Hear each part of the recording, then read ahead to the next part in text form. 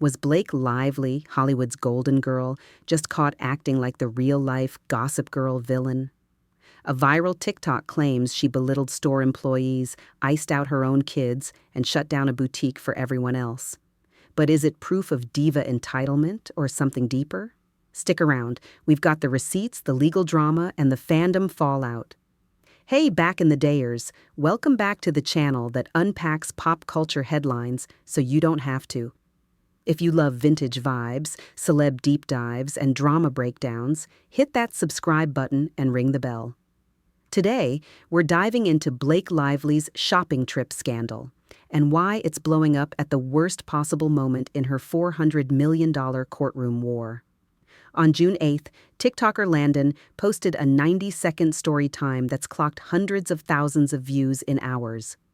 She says her family walked into Stony Clover Lane in Soho, famous for customizable pastel bags, only to find Blake Lively already inside with security. According to Landon, the actress asked staff for products no one else has touched, requested a private restroom, and barely acknowledged her kids while fussing over pouch patches. Landon calls the behavior horrible and tells followers, if you're still a fan of Blake Lively, rethink that. She adds that once they left, a security guard literally blocked the door and stared them down until they turned the corner. Just hours after Landon's TikTok dropped, Blake posted her own Insta story from inside the very same candy-colored shop. She gushed that the boutique was heaven, tagged no sponsors, and flashed 2 fresh bags sporting the letters B and R. No apology, no rebuttal, just bliss. Here's why the internet snapped so fast. Polished persona, Blake rocketed to fame as Serena Vander Woodson on Gossip Girl 2007 to 2012 and built a brand on breezy humor, red carpet elegance, and playful clapbacks with husband Ryan Reynolds. America's sweetheart factor. She's long marketed a relatable mom vibe, baking on Instagram, joking about diaper duty, the works. Brand contrast, retail worker rudeness is practically kryptonite for a star who trades on kindness. One credible eyewitness is all it takes to trigger a parasocial meltdown. And then there's the legal elephant in the room. In December 2024, Blake sued It Ends With Us actor-director Justin Baldoni for sexual harassment. Baldoni hit back with a $400 million defamation countersuit naming Blake, Ryan Reynolds, and their publicist. Court filings are vicious. Each side accuses the other of a smear campaign. The trial is penciled in for March 2026.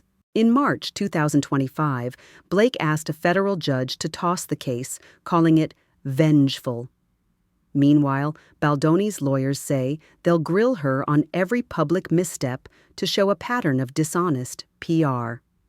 Translation: even a shopping trip scuffle could sway public sympathy and potential jurors.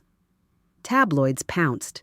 Page 6, The Blast, and countless gossip accounts amplified Landon's story before lunch. Commenters split into 2 camps. Entitled Millionaire Crew, Untouched Merch, Get Over Yourself.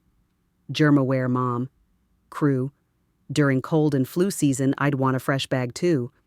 Reddit subs like It Ends With Lawsuits wonder if Baldoni's camp is leaking anecdotes, while TikTok has already spawned the hashtag Blake Lively Entitled with thousands of stitches.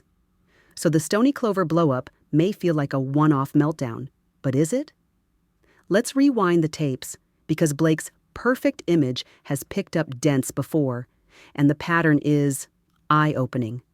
First stop, September 2012.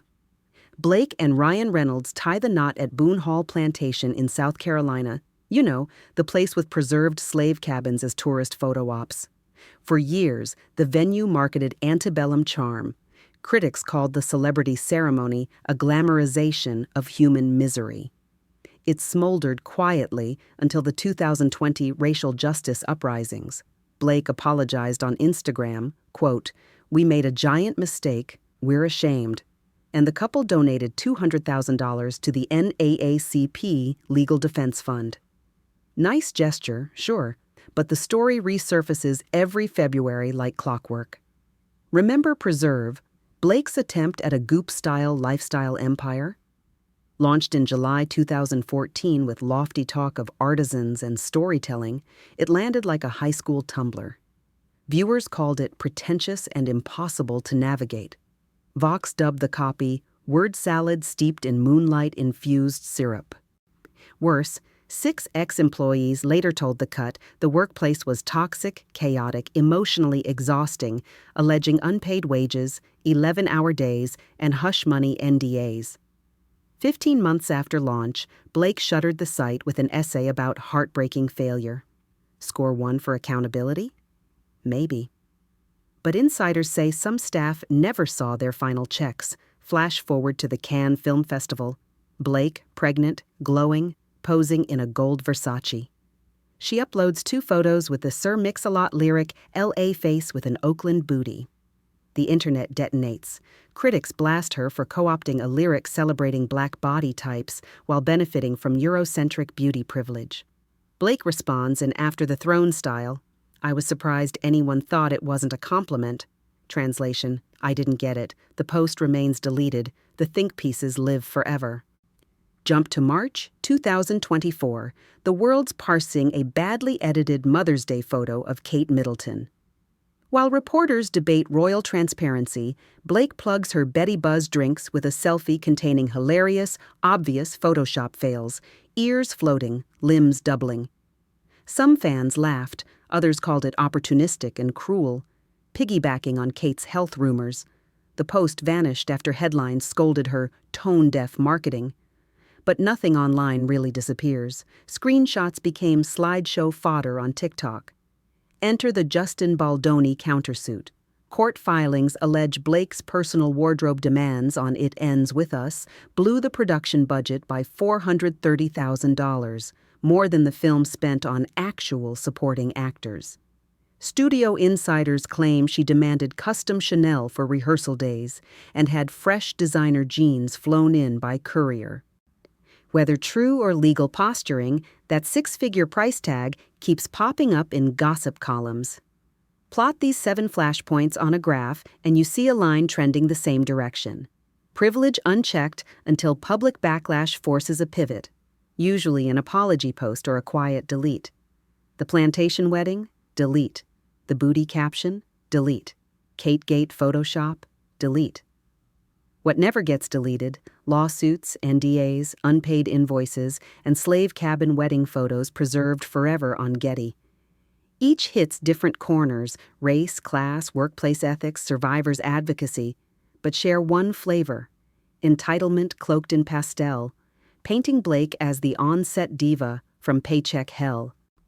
A few disclaimers before we cancel anyone. Security protocol.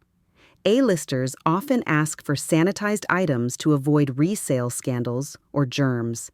Private restrooms? Standard request when paparazzi lurk outside public ones. Single source issue. No footage, no second witness, no store employee statement, just one TikTok. Retail reality. That said, boutique workers frequently report celeb entitlement. Both things can be true, heightened security and basic courtesy. Brand fragility. A wholesome image can crack overnight. Social media court. One TikTok plus tabloid echo chamber equals narrative before facts. Legal stakes. Every headline is discovery fodder in a $400 million feud. So, Diva meltdown or misunderstood mommy moment? Drop your verdict in the comments. If you've ever met Blake or any celeb in the wild, share your story below. Smash that like if you value fair coverage, and subscribe for more vintage and modern celeb deep dives. Until next time, keep those receipts handy and keep your circuits grounded.